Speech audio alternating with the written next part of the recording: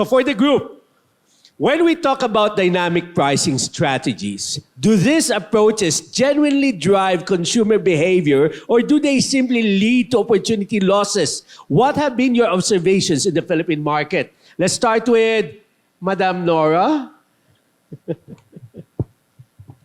Okay, good afternoon. Okay, correct. Good afternoon. Yes. Okay, in the Philippine market, it's twofold actually when it comes to technology. So it's based on how we set the system right, the parameters that we put in the system.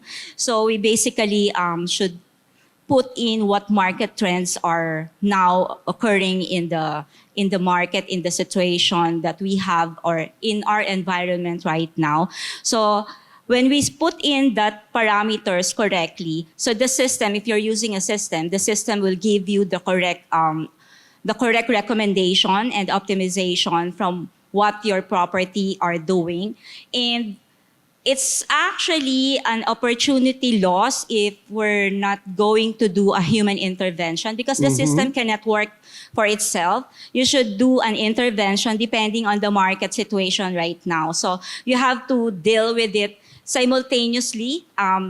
Let the system work. At the same time, you have to, interfere if you see that the market trend is not conforming with the system that you've initially set. So it's Okay. twofold. So it's a synergy between, of course, human and the systems, Yes. right? Christian, what can you say about this?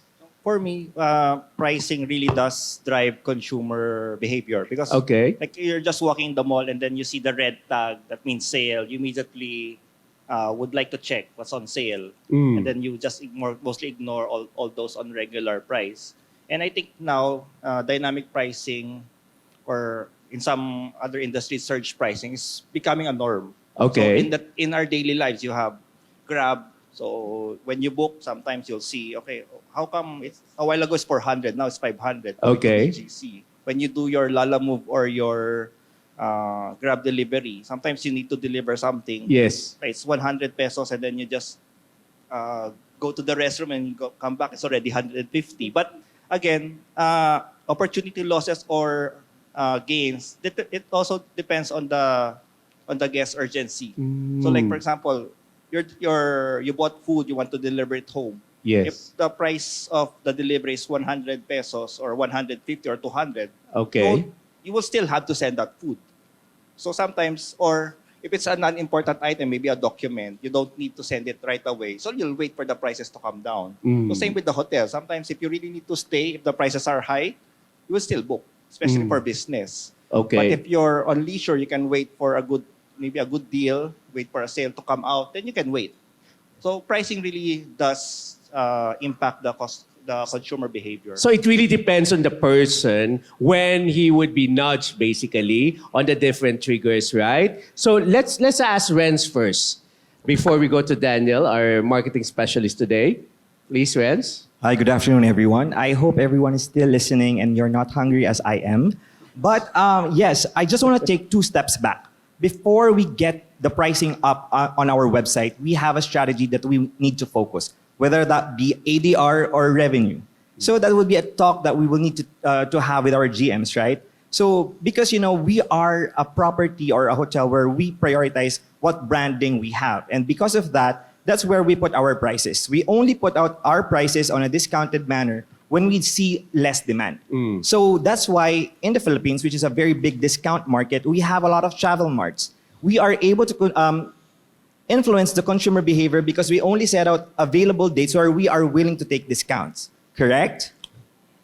Oh, correct now. Right. Yes. So that's why we are able to influence the consumer behavior and actually avoid opportunity losses. It becomes a loss to the property if you have not agreed with your GM with a strategy. That will be considered loss whether you have revenues or your average rate is so low. But I think it's more on which market you want to take in. Not all market is available to all property. And that's something that we will be discussed later on. Okay, so Nora said synergy, system, and human. Christian said nudging the market. And then Renz here said analyzing the market and triggering you to flex your rates and all of that. Now, Mr. Daniel, what can you say about this? Good afternoon, everyone. First and foremost, I know it's lunchtime, so I hope you bear with us. But to the topic at hand, I would like to echo the sentiments of the panel because we all know that Filipinos are bargain hunters, and based on data, 82% of Filipino travelers really look for pricing for do not look to pay the full price of a particular services or goods when they travel. So 82%. 82%. Wow. That's a very, very significant number.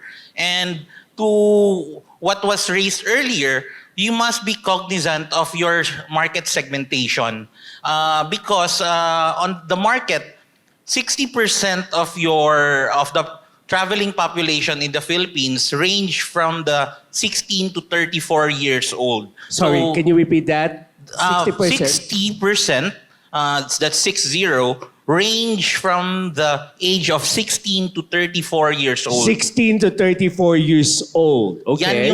Those are the very, those are the people, that's the segment that really travels a lot and really looks for those bargains and shape up the travel industry.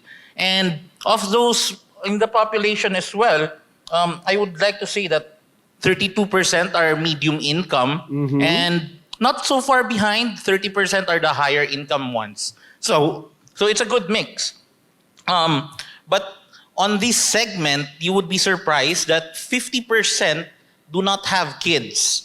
So that's something that you might consider depending on how you position your hotel or your service and whatnot. That's a very insightful thing in order to communicate better with your desired market segment. I agree completely. Like, in economic terms, they call me, Chris Legaspi, as what you call dinky. Do you guys know what dinky means? Nah? Double income, no kids, right? So it's an actual economic term. So we need to understand this type of people and what they need. Very good. Thank you very much, Daniel. Now, let's go to Christian. Christian, in your extensive career, what specific challenges have you faced when implementing pricing strategies in the Philippine market? How do these challenges impact the overall success of your revenue management effort?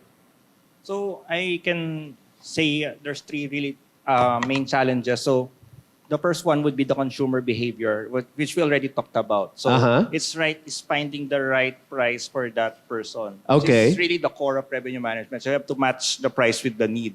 The next one would be competition. So you really also have to monitor your competition. It's not like now that's why everyone's here because we're building more hotels, we're improving our strategy. So competition is getting fierce, and the consumer now has all the means in the world to find out what are the new hotels, find out the rates, get the best rates. So if you ignore competition, then you would probably lose out a lot of your guests. And sometimes your price today or your strategy last month might not work this month because competition has adjusted and you did not. Yes. And the last challenge will be technology. So as what Nora said, so you have the technology, but sometimes you don't know how to use it. So it's a balance. And technology also, in a way, you have to adapt. You have to be quick to know about the new technology, which was discussed a while ago, like the system that can increase revenues. But again, in terms of booking channels, like every day there's a new OTA that's coming up. So you really have to understand how to work with those OTAs because this is you have your pricing, but if people don't know how to buy it, how to see and purchase the room rates, then it's also useless. So those are the challenges that you have to understand and how to work around. I agree because I think what we forget sometimes is that this is a game of strategy. You see, it's a game of strategy at the end of the day. It is not just like putting a rate and let it just float there. You have to watch, just like what Christian said, your competition, what's happening right now. And what Daniel said, who's actually flying, who's actually looking, where are they looking at, right? I mean, is it in Facebook? Is it in Instagram, OTA, etc.? So this is actually a strategy. And without a proper, solid strategy, you lose the game. As simple as that. We shouldn't forget that all your rates are actually released by yourself. So if there is a rate out in the market that you feel that is not coming from you, number one, then don't accept the booking, right? Because the rate comes from you. It just happens to transfer from one place to the other. Okay? So we need to understand those basics and we need to develop our playing strategy in this game. Now, thank you very much, Christian. Now, again, going back to the group, technology, which you guys mentioned, plays a significant role in modern pricing strategies. But does it truly help in capturing the right value? Or does it sometimes lead to unintended market consequences? How do you balance this, Renz? Well, it's very important for us to use technology properly. As you have mentioned earlier, that humans who don't use AI will be replaced by humans using AI. Exactly. And technology would be always something that should be for us. So, for example, nowadays we have social media, which has a very big effect to your properties, whether you have bad reviews or not. It's something that a tool that people are using now. So how do we use this to create the right value? As property people, you need to create the right value for you, not the right value for other properties, correct? So once you identify that, then it's easy to do campaigns, your marketing campaigns and Good. in your ads, on the social media ads. So it depends on which market you want to target, the demographics of that, and it's really something that we should not be bothered with it. A lot of international chains are using their mobile applications to increase loyalty, and I'm happy to know that more of our local chains here are now developing their applications. So it's something that we could also follow. But what about those who do not have this capacity to do so? The first and foremost thing that we could do for technology to be beneficial to us is our email marketing, our newsletters. That is one way to connect to your guests and increase loyalty. Exactly. Communication. Communicating to the guests. Making sure that not only to the existing guests, but your past guests and your future guests. Thank you for that. Nora? Okay, technology is the most important part of revenue management. So having the revenue management solely by a human like us is very difficult because it actually uses a lot of data that we have, like minimum is 6 months of data that you have to use in the revenue management system. And this data has a logarithmic and a formula that they actually, the system actually process, so they can come up with the forecast and the optimization that you need to apply. So it's up to us now to evaluate whether this data that the system is proposing is still, okay or acceptable to the market. So if not, you have to change that or override those recommendation. It's not that if the system recommends something, we all need to apply and we all need to use it.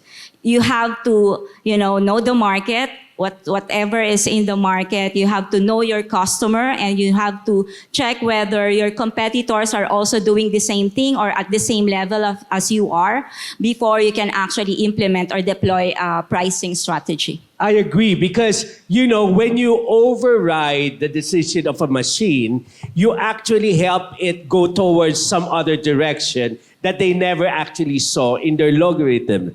Right? So it is very important, as Nora said, that we understand the data, compare it to what we actually know and see, and perhaps put the data that we know. For example, override the rate. Then later on, we help the machine go towards what we actually see and what is more applicable to us.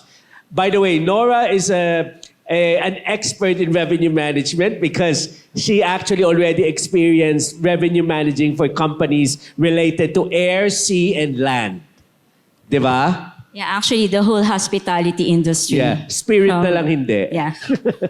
Okay. Thank you. Okay. Now let's go to Daniel. What can you say about this one, Daniel? Well, in terms of revenue and accounting, there's a saying that cash is king.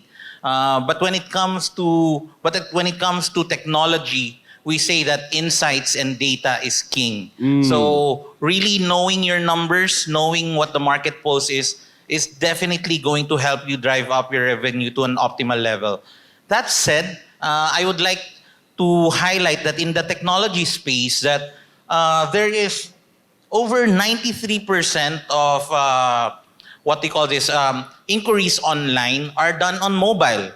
And worldwide, there 72% book their travels and their hotels online. So that's a really significant chunk of the pie. And technology is where that battle is the battleground for the hospitality industry and the travel Yes. industry, definitely. And going back to my point earlier that bulk of our travelers here in the Philippines are Gen Zs, are in the 20s. They are the tech savvy or tech literate generation.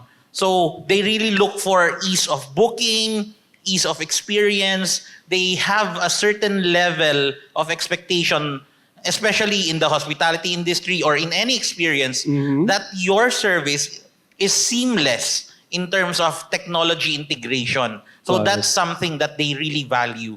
So the better you're integrated with the OTAs, the better you have a good website and a booking and check-in experience, that will resonate well with that large chunk of the segment, which are the travelers of the Philippines. Great. Thank you very, very much for that, Daniel. Now, Daniel mentioned a very good point. 93% are booking via mobile.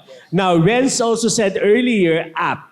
I know that it's not easy to create an app. But since people are booking via mobile, then we have to figure out how we utilize our partners or maximize the opportunity to have exposure on mobile. So not having an app right now, it's not the end of the world. However, stopping and not doing anything about it, yes, is the end of the world. Okay? So, having said that, let's go to Christian now. So having a system that can do autopilot is good. So I think with all the technology, even you have self-driving cars, but there's still that important aspect, which is the driver. Yes. So it's really hard to trust 100% in a system. But for a practical case, like if the system tells you, okay, do not accept this booking, but then sales would come to you directly and then tell me, but this is the president of this company, and he's telling me that there's a potential of X number of room nights next year. So those decisions the system cannot make.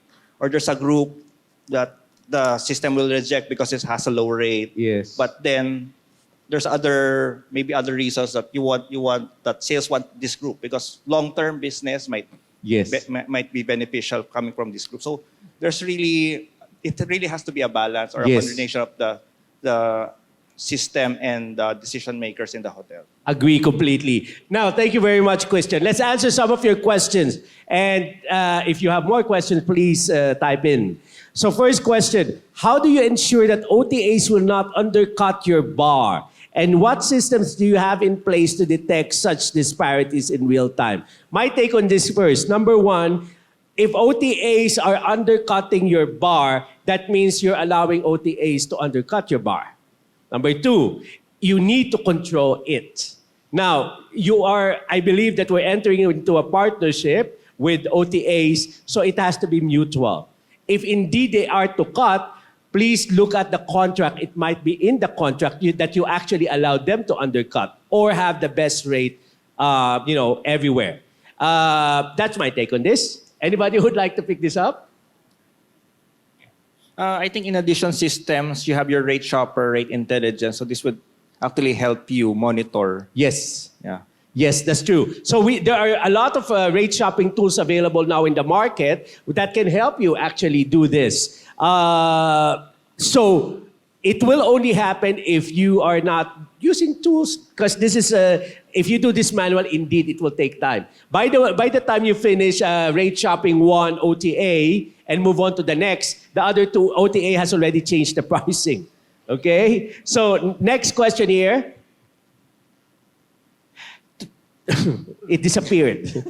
Okay. To Archipelago, how do you manage parity and And is it important? It is very important to manage parity, but it is more important to have a strategy. So if your strategy is to cause positive disparity, as we call it in revenue management, then yes, that is a strategy as well. And if your strategy is to have parity completely, then that is your strategy. As far as we're concerned, we practice both disparity and positive disparity depending on the need of the particular hotel. Okay? Thank you. So next, one on this. How do you see the metric customer disappear again? Hello? Hello? Leslie, the question disappeared. Thank you. How do you see the metric customer lifetime value to the hospitality industry? Anybody would like to take this? For me, like, because I also manage the loyalty program of SEDA. So customer lifetime value is just the customer times the number of potential years times how many times they stay, the rate, their spend. So it's really important because like what I mentioned a while ago, if you know a guest, if you know the behavior of the guest, then you would know which are the ones that you need really to regularly communicate and everything. It's not treating them like a VIP because everyone should be treated like a VIP. But it's really knowing the value of each guest.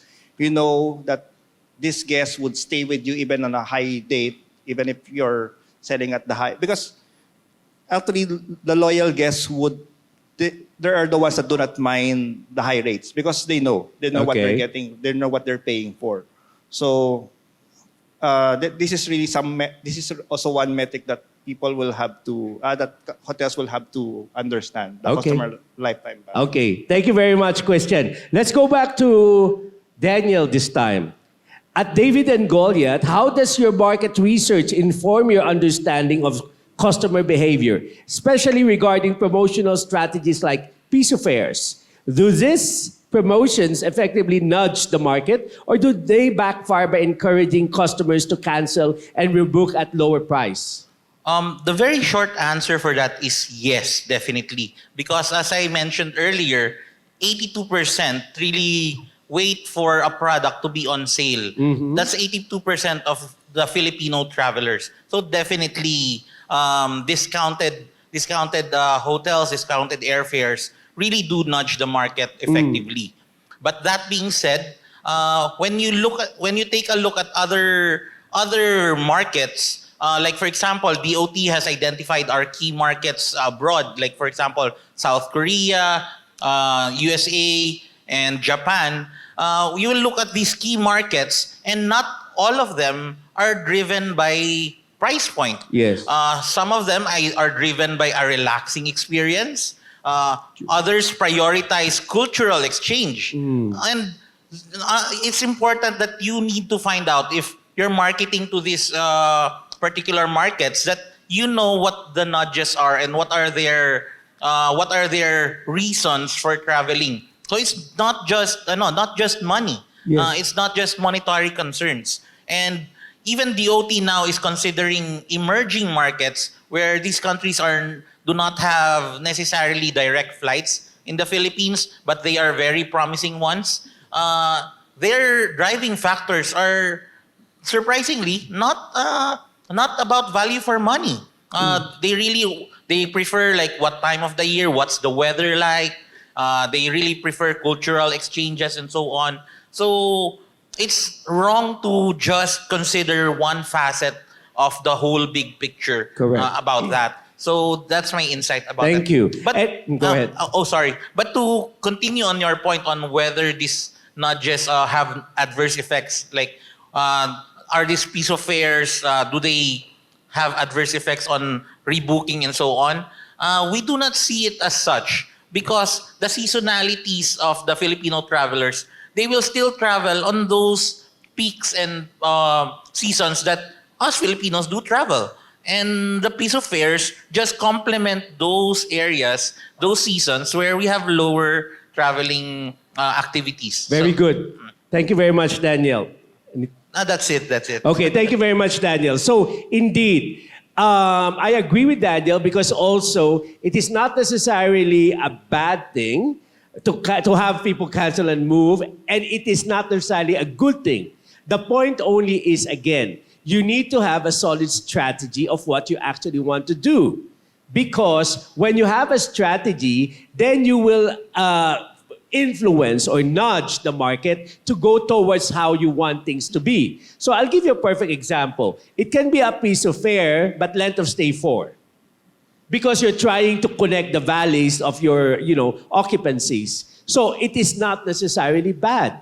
Okay? Why we're emphasizing this is we do not want to put in everybody's head that, bawal yan, it's not good, or let's do this all together. The point here that we want to inculcate first is develop a proper strategy.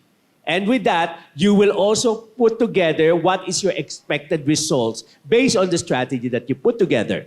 Okay? Now, let's go to Renz. Can you share a successful case study from 1080 Hospitality where a pricing strategy had a significant positive impact on your bottom line? What were the key factors that led to its success? Right. All right. So I will just share a very short story because it's very important for us revenue people, even the salespeople, to prioritize bottom line. So how many of the properties here have destination properties? Can I see a raise of hands? Only Chris and a couple of people there. So just to share, one of the properties that I manage is Apple Tree Inn in Lenox, Massachusetts. It's very seasonal and most of the revenues are coming in the summer months. And we are very close by Tanglewood, which is a very popular and the biggest open space for music. So the schedules of this are normally released every February. So what we do is we close out all the dates for summer from June to August. And then the opportunities that we see here is that we can increase our market demand during popular dates of the artist. So it's a 2-month season of musical performances. And then we can also secure high-rated business, long-stay guests with F&B spending. Our strategies, as mentioned, we have closed out summer dates as early, and we are just waiting for the schedule of the Tanglewood to be released. When we have seen the Tanglewood schedule being released, we are now communicating to our loyal guests, those who have stayed with us. So we approach this with a 4-phase approach. First is to develop a newsletter. It's very important for us to have newsletter regularly. So this is directed to all loyal guests. So they get first dibs on our dates. And then second would be offering this to those guests who has not stayed with us. So we put them on a wait list. And after all of our initial guests have already confirmed that they're gonna book, then that's the time that we open this to the public. So public direct channels. And the last part would be opening OTAs. And this brought a lot of revenues for us because it's cash flow. So we are requiring guests to have prepaid 14 days refundable cancellation policy. And this helped our property from the lean season to have enough cash for usage. So the results, the property when we handled it in 2021 recorded the best performance for summer. And we are still breaking records in terms of revenue performance. This is an increase of 77% direct contribution. Wow. This is also a 19% increase in terms of revenue compared to last year. And this is a 51% increase in direct revenue year on year. It is also a way of increasing loyal guests. And it's very important not only to look at the numbers, but the intangible part with that is that our loyal guests felt appreciated. Okay. Because loyal guests could have a lot of loyalty members, right? So we want to make sure that they feel special on our property. The combination of art, the marketing side, and science of revenue management led to incredible results, not only for our top line, but also bottom line revenue. Okay. So I just want to say that for you to achieve something you have never achieved, you need to do something you have never done. Very good. Thank you. So solid strategy yielded nicely. So that's exactly what we're talking about in this session. Okay? Now, Nora, in your experience abroad and domestic, plus your exposure to huge resorts and cruise business as well, what are the primary considerations when developing pricing strategies?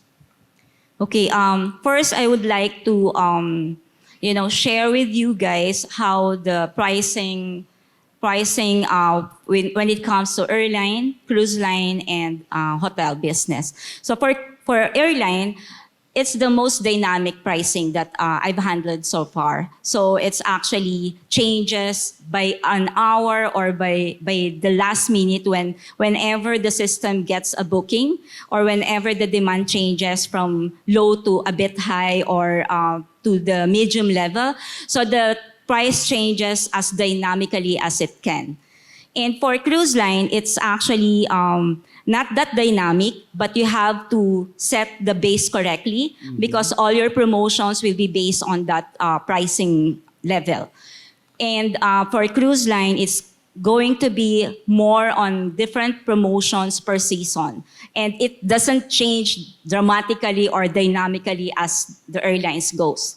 And for hotel, it's a combination of both actually. It's a combination of airline pricing and then the cruise line pricing because it's dynamic in a way and it changes also by day of week or by the period where you have lean or peak season.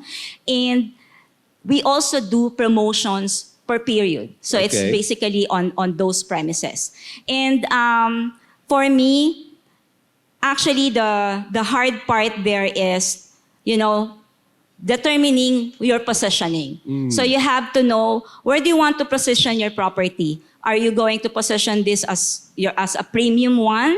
Or do you want to be at the level or at par with your competitors? Yeah. So it depends on whether you want to be on the high side or low side. So that's the positioning is very important.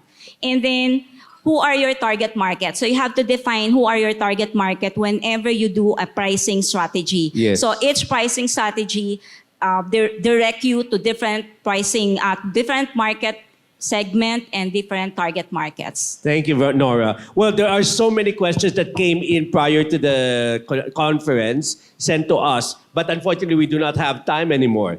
So thank you to our panelists for providing such insightful perspectives on the realities of pricing strategies in the Philippines hospitality industry. We've explored the true impact of these strategies, the trade-offs involved, and the reasons behind their continued use. These discussions are vital as we navigate an increasingly competitive market, ensuring that our strategies not only drive revenues, but also sustain long-term growth. Thank you all for your participation and attention today.